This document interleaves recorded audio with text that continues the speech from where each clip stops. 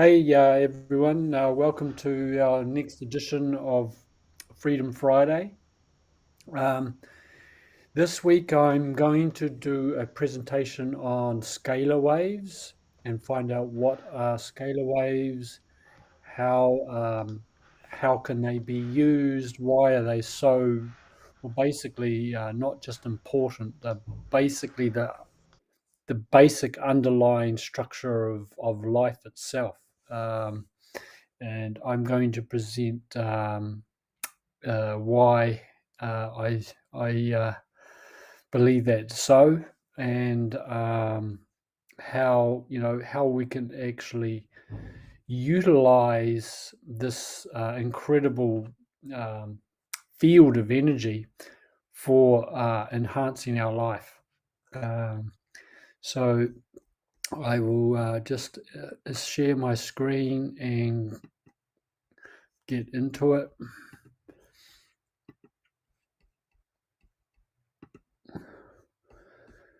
So yeah, so what are scalar waves and why are they vital to everything? It's basically a deeper look into what quantum is. What is quantum energy anyway? And we see this word quantum being bandied around a lot today. And I don't think a lot of people have any idea of the significance of it. And it's almost become like a bit of a throwaway kind of cliche kind of thing of, oh yeah, quantum this, quantum that. But there's a real important aspect to quantum energy, and I see scalar waves and electromagnetic waves, also known as the light spectrum or the electromagnetic field. These two aspects of energy are what underlies everything that is created, from stars, galaxies, um, humans, the earth, right down to our the cells in our body and the very tiniest things that exist to make up life. So so we're going to do a bit of an exploration into that. So two sort of fathers, if you like, of energy, of quantum energy and other things, is Nikola Tesla and Albert Einstein. And Nikola Tesla said, if you want to find the secrets of the universe, think in terms of energy, frequency, and vibration. And Albert Einstein, a couple of his relevant quotes that I found is, energy can neither be created or destroyed. It can only be changed from one form to another. That's very important when we look at the quantum field of energy. And he also said everything is energy and that's all there is to it. So he's basically making a very pointed statement that even matter is energy, and it's just simply vibrating, or it's got a lower frequency than other things. But everything is energy. Everything comes from energy, and that energy has always been transformed into other aspects of energy. But it's already been created. It can't be destroyed. It can only be altered. It can only be transformed. And that's very important when you think about electromagnetic waves and scalar waves, because this is what they're exhibiting. And it's like the blueprint for us to become energy manifestors ourselves, energy creators, and we can by using our minds and our hearts, we can influence energy to create everything and anything that we so desire in the ultimate sense. So when we talk about Tesla, he built this thing called the Wardenclyffe Tower, and this is a scalar wave antenna. That's basically what it is. And it's got this dome on the top.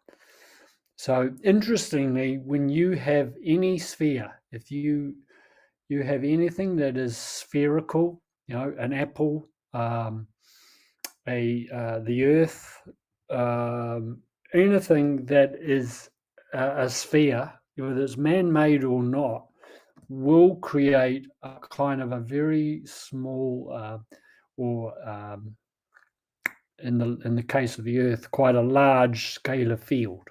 So it is creating a field.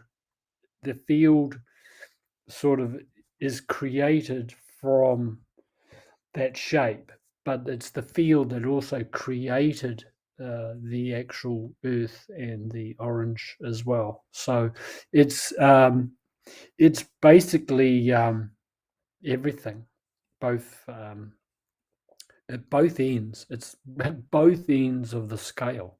It's the producer and it's what's produced. So you've got to think in terms of an existing field, like they said, can't be created, can't be destroyed. The field's just there, and it's kind of like waves on the ocean.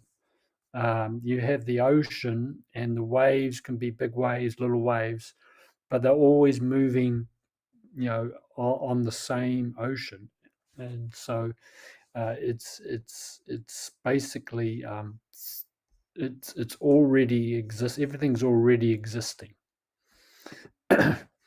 So we've got to look at the history of the discovery of scalar, and it's got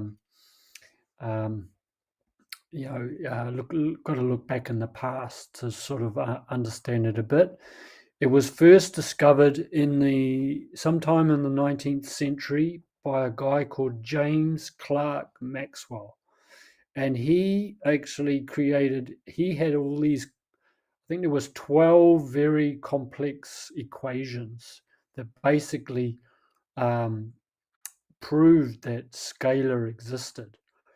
But he died before they could really advance it any further. And of course, the mainstream completely squashed his work, as they often do.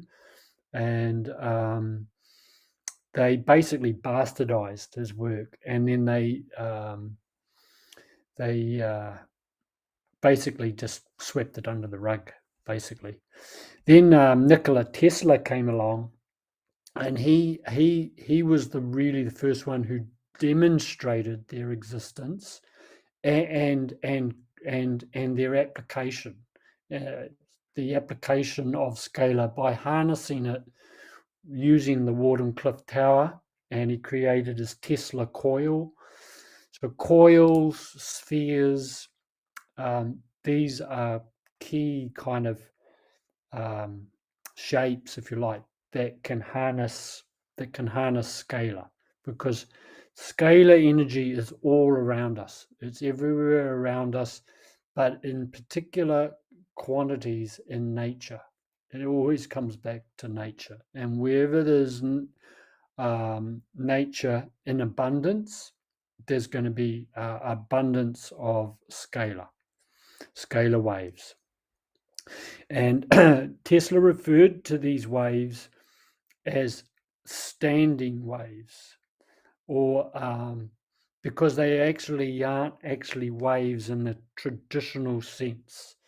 It's simply an existing energy field, but they were called standing waves or universal. We just called it the universal energy. And then later, Einstein came along, and he acknowledged Tesla's work on this. In fact, someone asked Einstein, what's it like to be a genius? And he says, I don't know, you have to ask Nikola Tesla that. So he was basically referring to Tesla as, his inventions are far and wide one of the most profound inventions right throughout our life today. Is everything electrical was just about based on what Tesla discovered. He invented so many things, but of course Edison got the acknowledgement for most of Tesla's work, and the rest of it was just discarded basically. So then when we look at the applications of scalar, it's not just wireless transmission, which is what Tesla was developing. And he made reference to this as well. It's certainly got a lot of applications in health and healing, a huge area in medical side of things. It can be applied very, very well to transportation. It could replace the combustion engine. If it was allowed to come out, it could easily replace any mechanical, basically, device that uses fossil fuels or petrol or oil, diesel, that sort of thing. It can be, definitely for wireless transmission and communicational things. Any phone, you could basically transmit anything in the scalar field, and obviously, and in computing as well. There'd be a huge application there in the computing side of things, which starts going into quantum computers. I believe that quantum computers are based upon scalar energy. And so that has huge, huge implications for all of life. And it's only a matter of time before this comes out. It's just a matter of how long. How long do we have to wait before this stuff becomes mainstream? So let's have a bit of a deeper look into what actually is scalar and the science behind it. So scalar waves are actually formed when two identical frequencies from opposite directions come together and collide. Now, this is happening all the time in nature. This is happening all the time in the air. It's always happening, particularly, as I say, where you're outside in nature. But it's happening, on a large scale.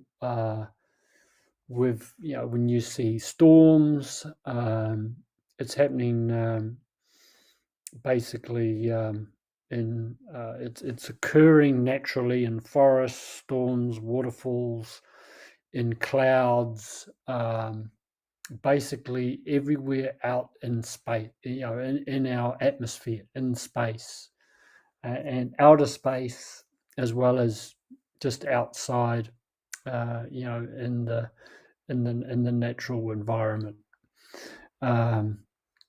And this collision results in the creation of a stationary three-dimensional energy field, also known as zero-point energy. So it's not, like I say, it's not like a wave as such. It's a three-dimensional field of energy, which also known as the null zone, because of the cancelling effect of the different frequencies. I mean, this is what a torus field is. A torus is like a tornado type shape, donut shape, where energy is folding in upon itself, but in a certain aspect of this is it's completely still. It's very still at its center point. So things like tornadoes or the vortex. If you see a water spout, when you see a water spout, that is springing. You could say that's springing out of the quantum field. That's springing out from a scalar wave field. And also from this energy field, circles of energy then will radiate outwards, creating a field of live energy systems.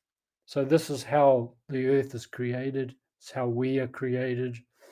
It's how, as I say, stars, galaxies are created. Everything living is created out of scalar waves and a scalar field. And the thing is, these circles of energy, particularly when they're very strong around like a volcano. Volcano is a perfect example. Is a massive amount of scalar wave energy emanating from a mountain, particularly when it's a perfect cone type shape, like Mount Taranaki, for example. And you often see cloud formations. I think they know that it's like it looks like a kind of UFO. You often get these UFO-like shaped clouds that cloak a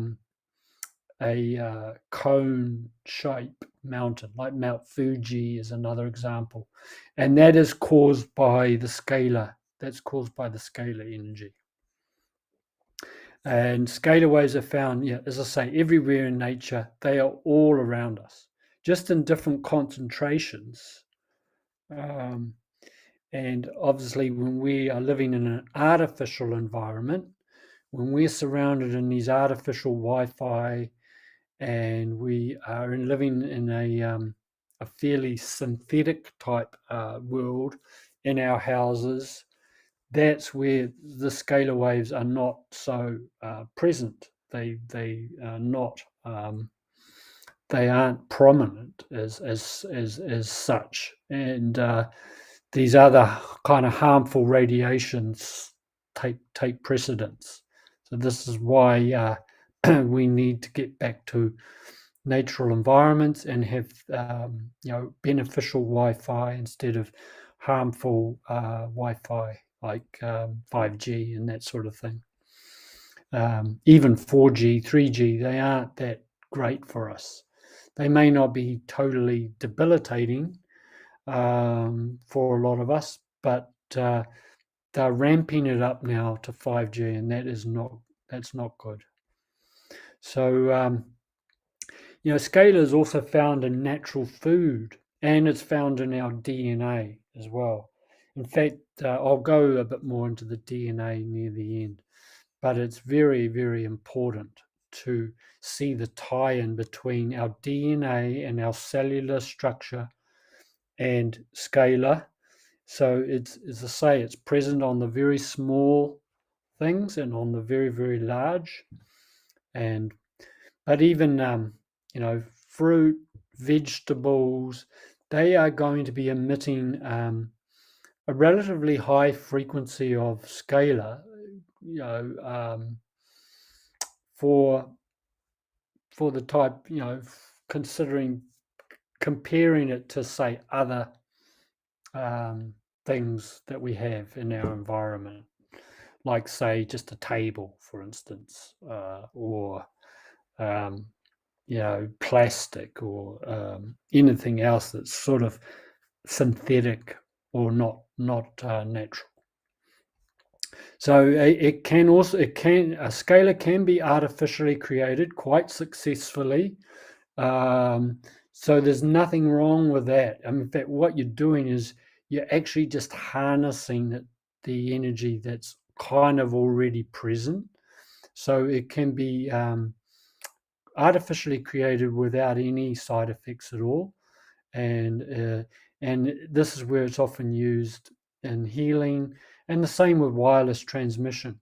We could be utilizing scalar, or we could be using electromagnetic fields that are harmless for our Wi-Fi, instead of instead of the 60 gigahertz or 20 gigahertz or whatever it is in the 5G.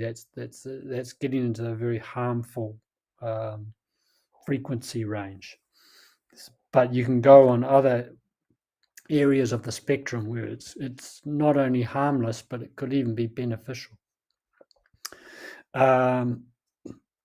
So as I said, scalar can create a potential vortex effect.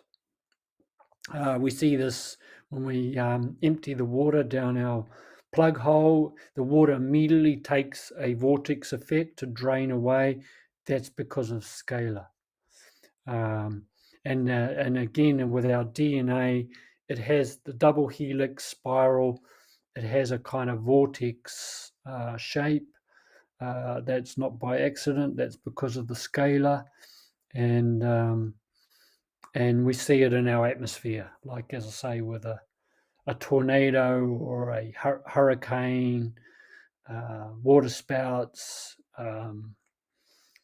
Sometimes I see the wind just blowing around our front door, and then suddenly it whips into a little whirligig, and I see the leaves all spiraling around. That's kind of scalar energy at work. So really, combine electromagnetism and plasma with scalar energy, because they're all very harmonized. That is basically the infinite etheric field of life itself. This is where all matter is created, where all life is created from, and it will go back to as well in its infinite state.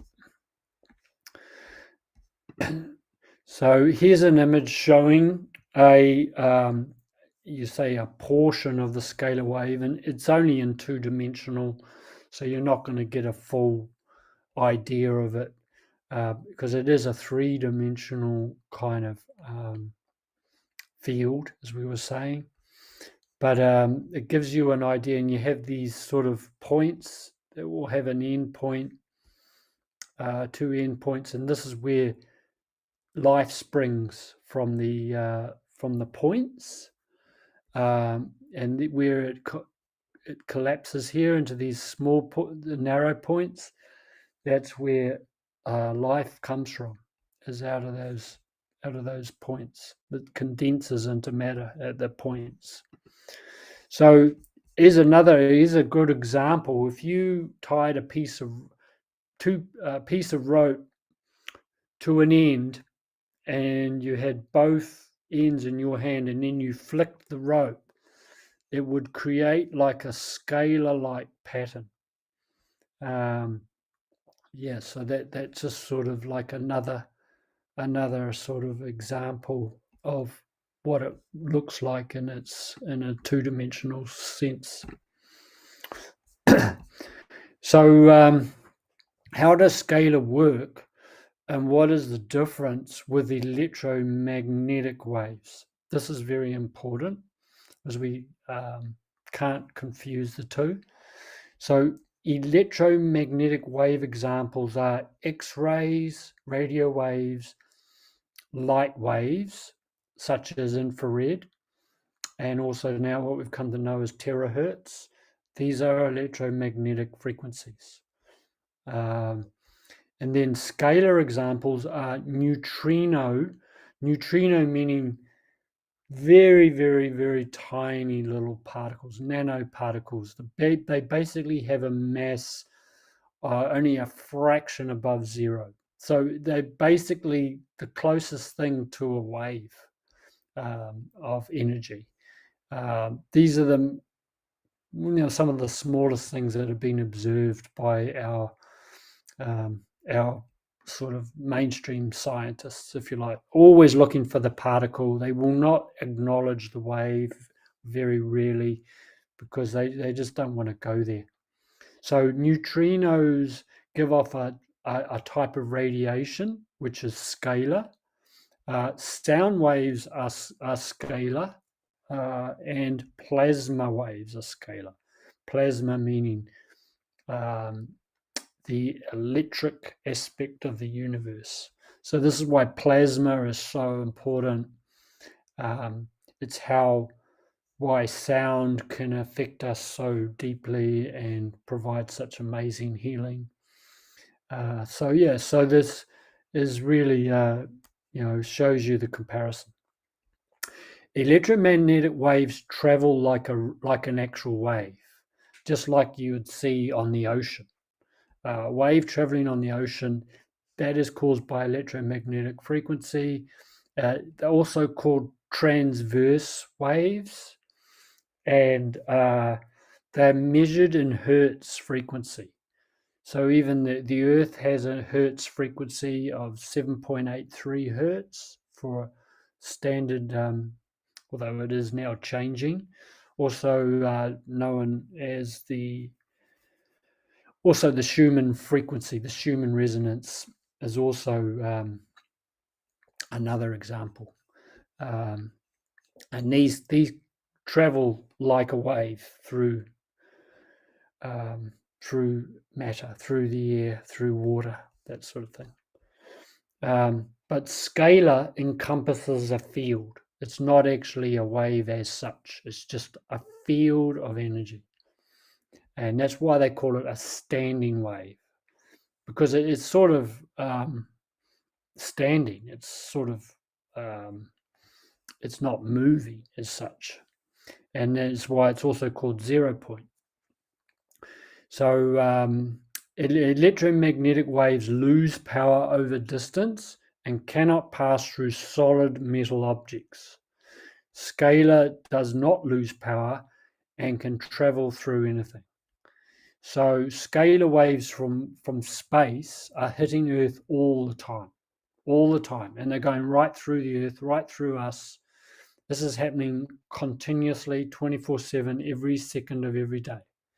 And scalar energy is also emanating from Earth, from the center, from the core of the Earth, and via its Taurus field that's around, and emanating out into space. The sun as well is a scalar. Stars are scalar because they are emitting plasma. It is a plasma field that is emitting, which is also a type of scalar wave. It's why the sun is so important to everything that's happening on Earth, to life, to health, to you name it. Right. So, what medical applications can scalar address? Well, it's ideal. Scalar is ideal for healing, as it breaks down the molecular bonds of fungi, bacteria, and viruses. Basically, scalar will break up the molecular structure that creates disease, that creates these underlying causes of, partial causes of disease. And so when they're involving fungi, as in like candida in your gut, you get fungal diseases, on our skin, under our nails. Bacteria can obviously cause major problems, bacterial infections, that sort of thing, and viruses as well. So which is quite topical for today. So as Tesla said, the medical healing of the future will be done via frequency. And so this is what he's referring to. Scalar helps neutralize harmful electromagnetic and man-made radiations. Extremely important. Knowing that we've got a solution that can not only neutralize it, but we could have a scalar type transmission to deliver the same things that our current Wi-Fi is doing is, I think, huge. So so few people know this, but it's time that it got out there. So it is due to these frequency. It is due to frequency imbalances that we get illness and disease. That's the real cause of all dis-ease. Dis-ease is simply a resonance that is not harmonious to our life and our body.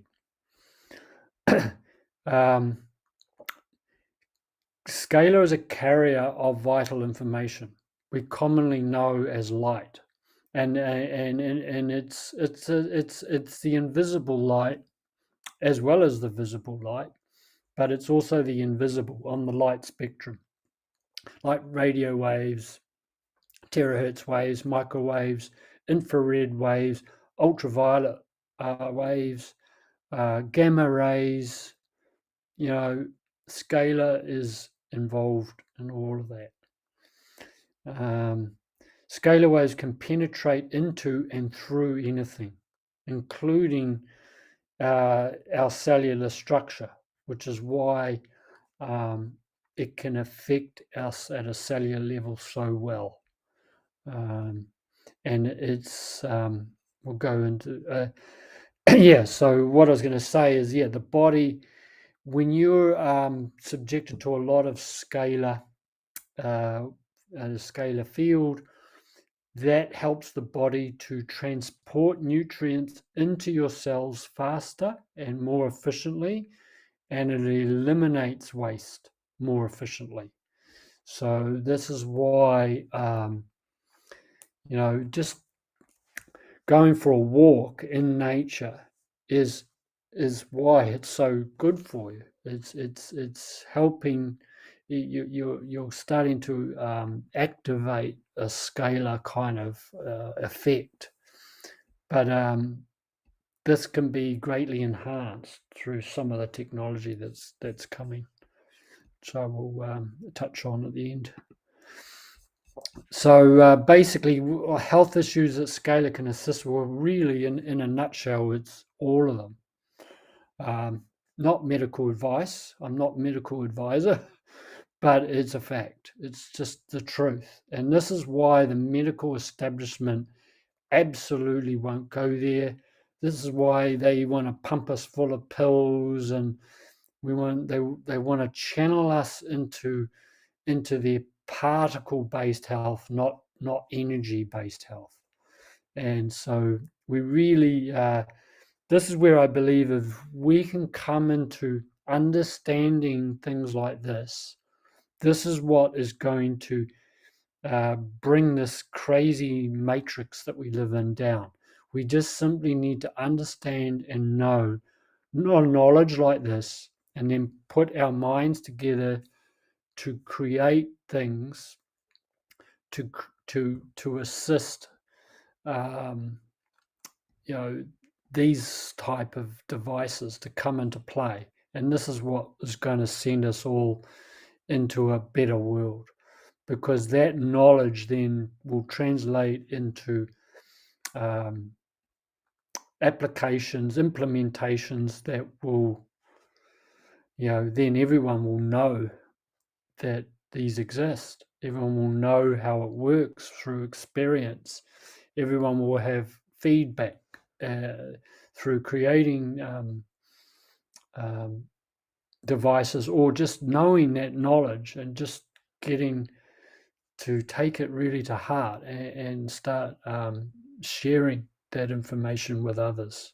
So we don't have to focus on trying to tear down what's already there that's not working. We just create a better model that renders the current system obsolete. That's what Buckminster Fuller said.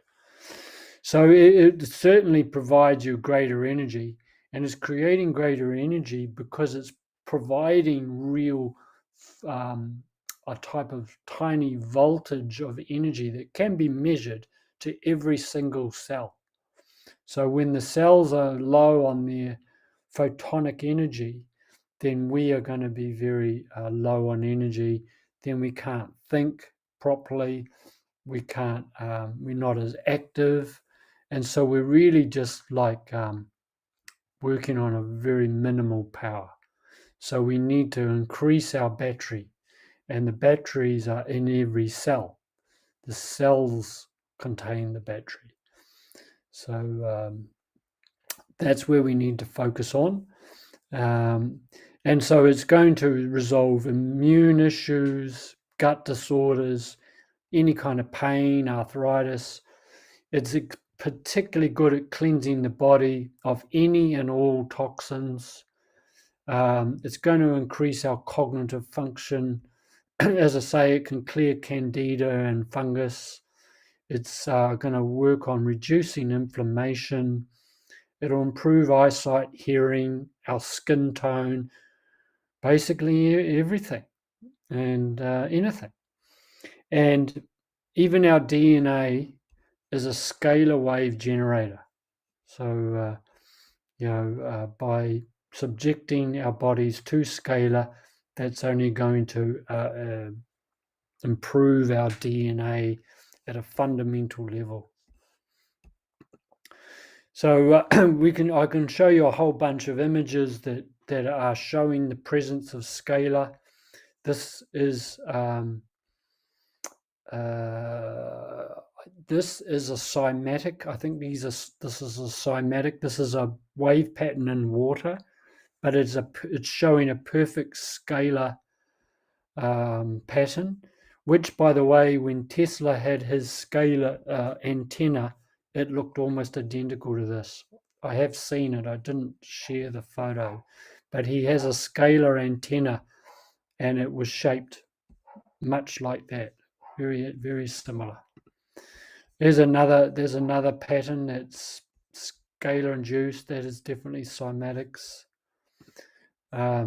Snowflakes. These are scalar created. As I say, everything in nature. Think of anything in nature, and you basically got scalar as its fundamental blueprint. The flower of life pattern is very much related to scalar, because scalar, as I say, it produces circles of energy that then radiate out and can go forever. Basically, they just go to infinite. And you also see with scalar, you get two main patterns: is the circle and the hexagon, which is interesting. And so I believe this symbol is depicting the blueprint of life. It's depicting our basic structure, and it's showing the radiating patterns of scalar and how they radiate out in continual circles. And they overlap and they create the vesica Pisces, which is the overlap section. Now, this is also how scalar shows up. This is actually a picture water. This is water created, obviously, because there's a shark there or whatever it is. And so the scalar will create these patterns in sand, and it's not just under the water, but also here in a desert situation. The wind is creating that pattern, but it's the scalar, the presence of scalar in the air, that creates this pattern. And even our fingerprints and thumbprint, this is a scalar wave pattern that's created by scalar. Same with the honeycomb. The bee created honeycomb. And see, these are hexagonal. The hexagon appears a lot in nature because it's scalar created. And in fact, bees travel via the scalar fields. That's how they always, when they travel the way they travel, they're traveling on the scalar. They're using scalar to navigate their way back to the hive, and even it shows up in when they're creating the honey as well. So it's quite a magical thing. Birds, insects, animals, fish, all are using scalar to some degree to fly, to hover, dive, swim. Salmon, the way salmon swim upstream and how they can even swim up a waterfall and that sort of thing, they are using the scalar energy to do that. The way birds can swoop and dive using scalar, and the way bees and birds can hover in the air, they're using scalar. So it's quite fascinating that something so prevalent all around us we can't even see is basically, creating everything and allowing us to operate. I remember I used to be fascinated as a kid playing with the spinning tops, and there's something magical about a spinning top. It was so simple and so basic, but I just never tired of watching the top, and then eventually it'll start to wobble and fall over. But if you're spinning a top at speed and you try to knock it over, if you just tap it and it tilts, it will always right itself back up again before it finally falls over. And that is because of scalar. Scalar energy is involved in the spinning top. And it's akin to the tornado and the water vortex that I spoke about before. So scalar can be seen on a very small or very large scale. And the word scale comes from scalar as well. So when we talk about doing things at scale, scaling up and all of that, it's all because of scalar energy that we can do that. So it's words are very important, and they're infused in. We take them for granted and we don't even realize where words come from. But if we go to the root of what a word means, then we will understand what it really means and what it's telling us is the truth of our world.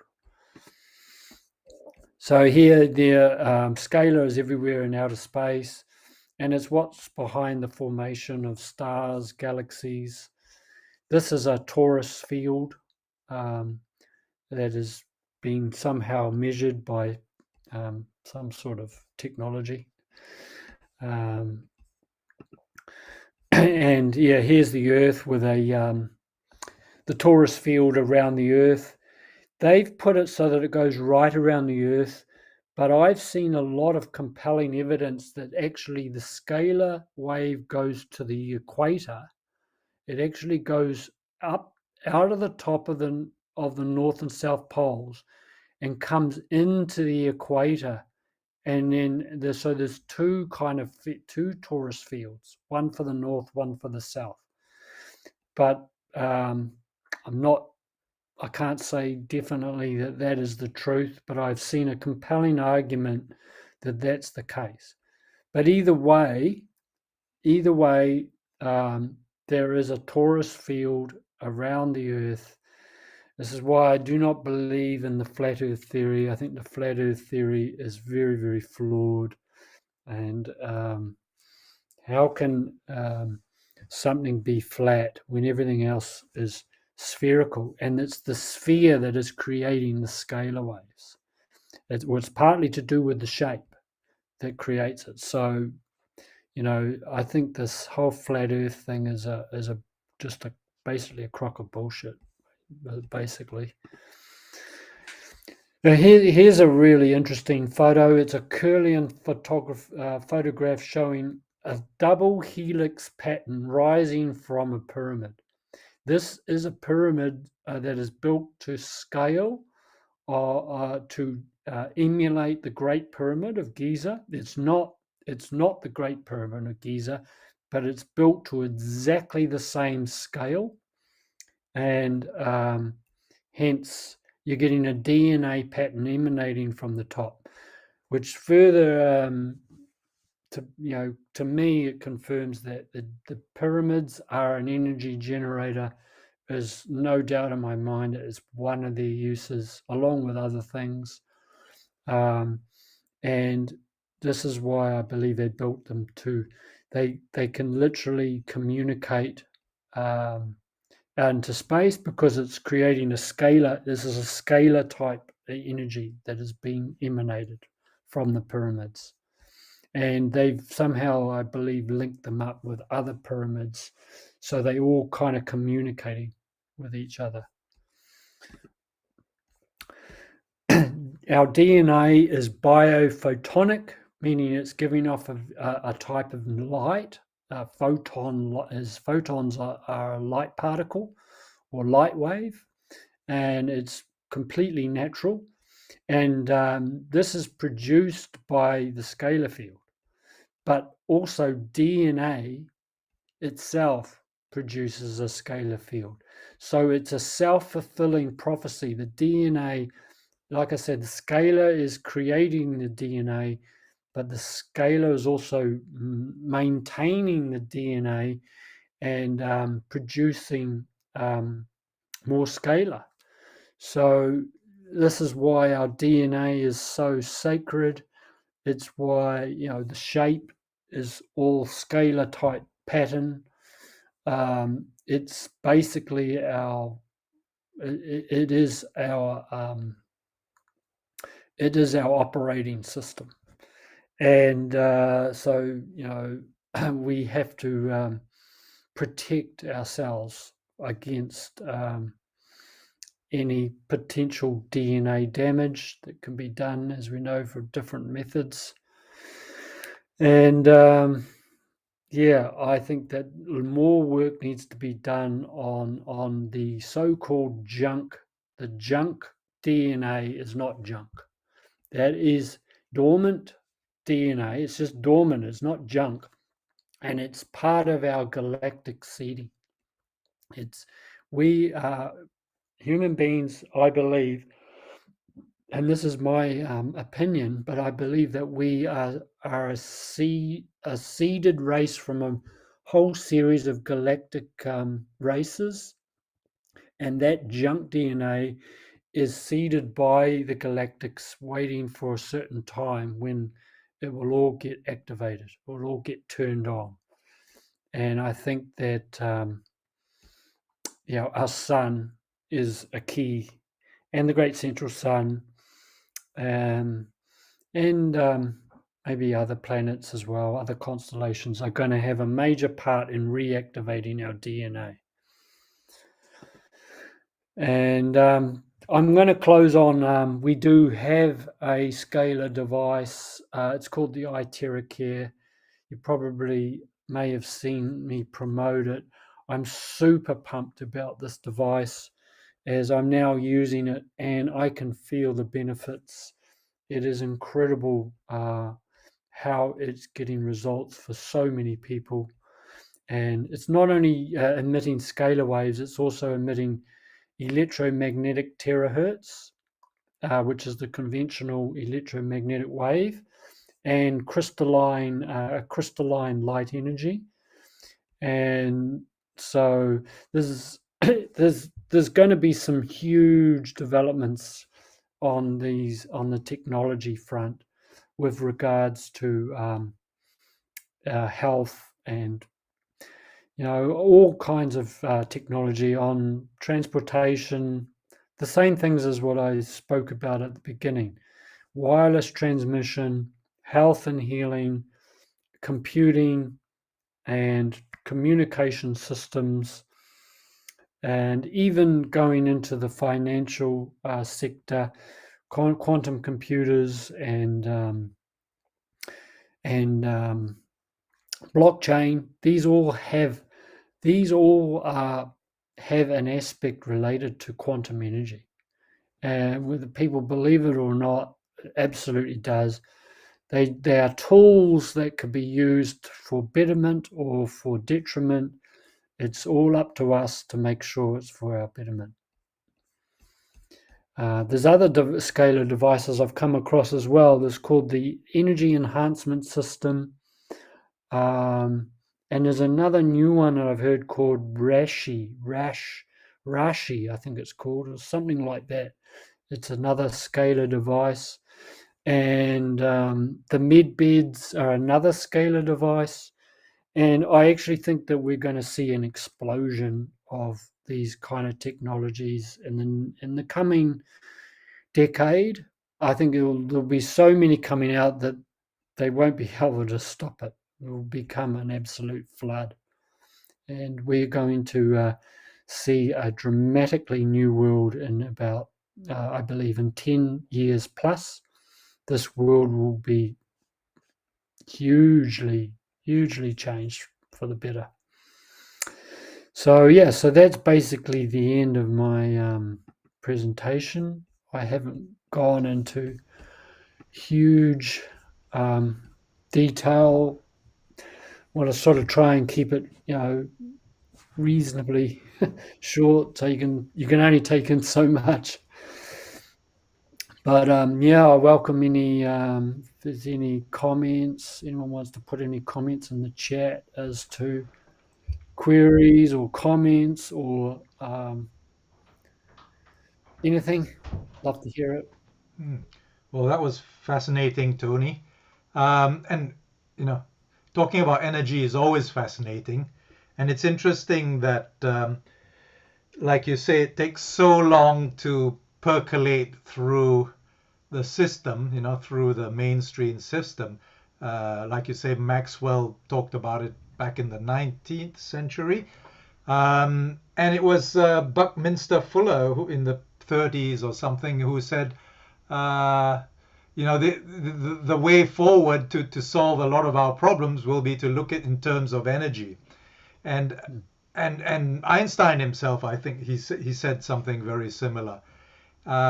So and of course Tesla came along and actually did, he actually did practical work on it.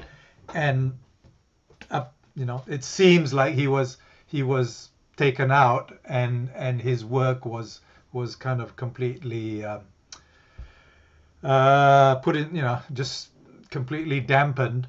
Um, and it's interesting that some people see it as actually a threat to their system, a threat to their commercial interests, Mm. and their. I mean, the physicists have brought up quantum energy for 100 years, and you look at the medical system, and they you know, they still haven't caught up. They're still in Newtonian.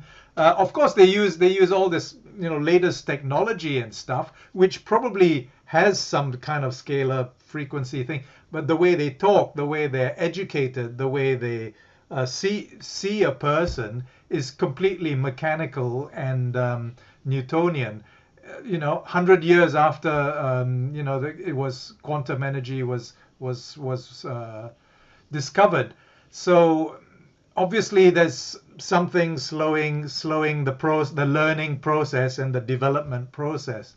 But it's really exciting how all this is coming up from the grassroots, and people are actually taking it into their own hands to start using these things. And of course, as I mentioned last week or sometime, that it's the non-English speaking nations that have been studying these things, like the Russians, the Chinese, the Japanese, because they are not hindered by peer pressure, by the systems. So they can study anything they like.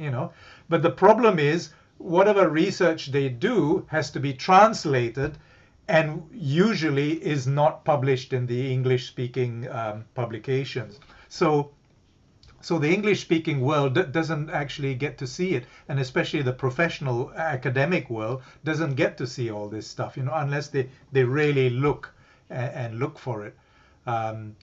So I really hope that at some point that there'll be a greater sharing of all this knowledge, and yeah, we can actually move into making the world a better place.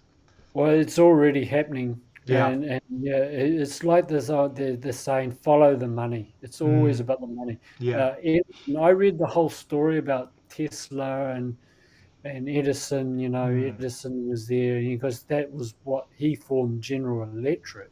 mm. And when he asked Tesla, so where are the wires? And he says, there are no wires. You don't. And he says, oh, well, I can't have that. I need to meter it. We need to generate it through wires. And he was the one who then changed it from, I think, from direct current to alternating current. Yeah.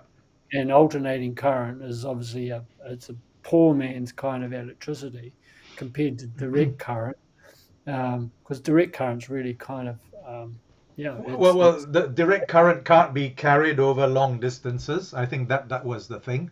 So that's mm, why they went into alternating.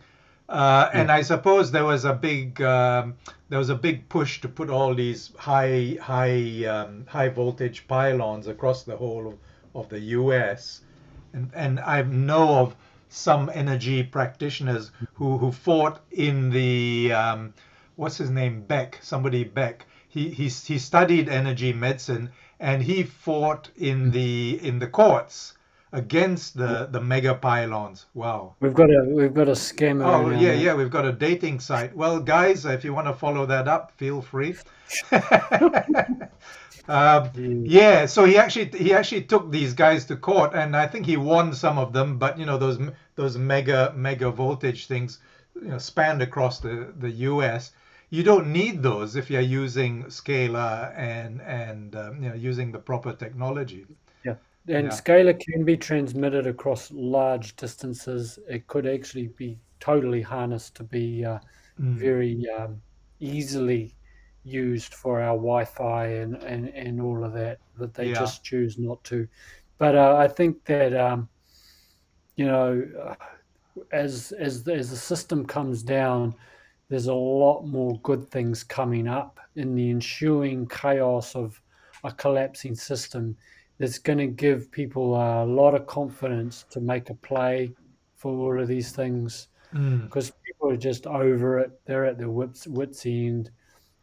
So I think we're going to see some dramatic creations and innovations coming out of the next 2 or 3 years. There's going to be a real melting pot of stuff going on, and yeah, it's going to be. But these technologies are so fundamental for helping humanity. Yes. And other things that we obviously talk about a lot, which people still don't understand, so they will bag it. What you don't understand, you will Yeah. fear. Yeah. What you fear, then you will decry and deride. But blockchain has a quantum element to it because of its scale, because of what it can do to scale, which is and because it can harmonize and work with quantum computing, which is really they are scalar computers. Yeah. It's going to be so interesting to to witness the development of these over the next decade or so. Mm. Yeah. Yeah, so yeah, I mean, I find the more I delve into these subjects, the more I get inspired and like, wow, I always learn something more when I research these topics. Mm. Um, and it's kind of like we're on the cusp of a massive new world, and we just the veils have got very thin, and we just now need to keep creating that new model that Buckminster Fuller said, Mm. and that's happening. I know that's happening everywhere. It's just when it reaches critical mass, then it's all over Red Rover for the existing cabal. Yeah. Uh, Yeah. cool. Yes. Anyways, Yeah. uh, if there's Thank you, Susan, for being here. yeah, thank you, Susan. Yes, I do appreciate your presence Yeah. and all the others that are here. Yes. And uh, yeah, If anyone's got any queries, you know where we are. Just drop us a message.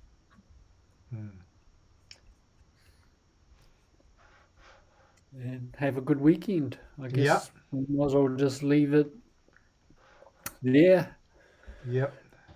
Have a good weekend, and thanks a lot, Tony, for all the research you do to come here and before us and share your research and help us to better understand the world we live in. Yeah. So that's pretty amazing. Welcome. Yeah. It's my pleasure. Okay, we'll see you, folks. Yeah.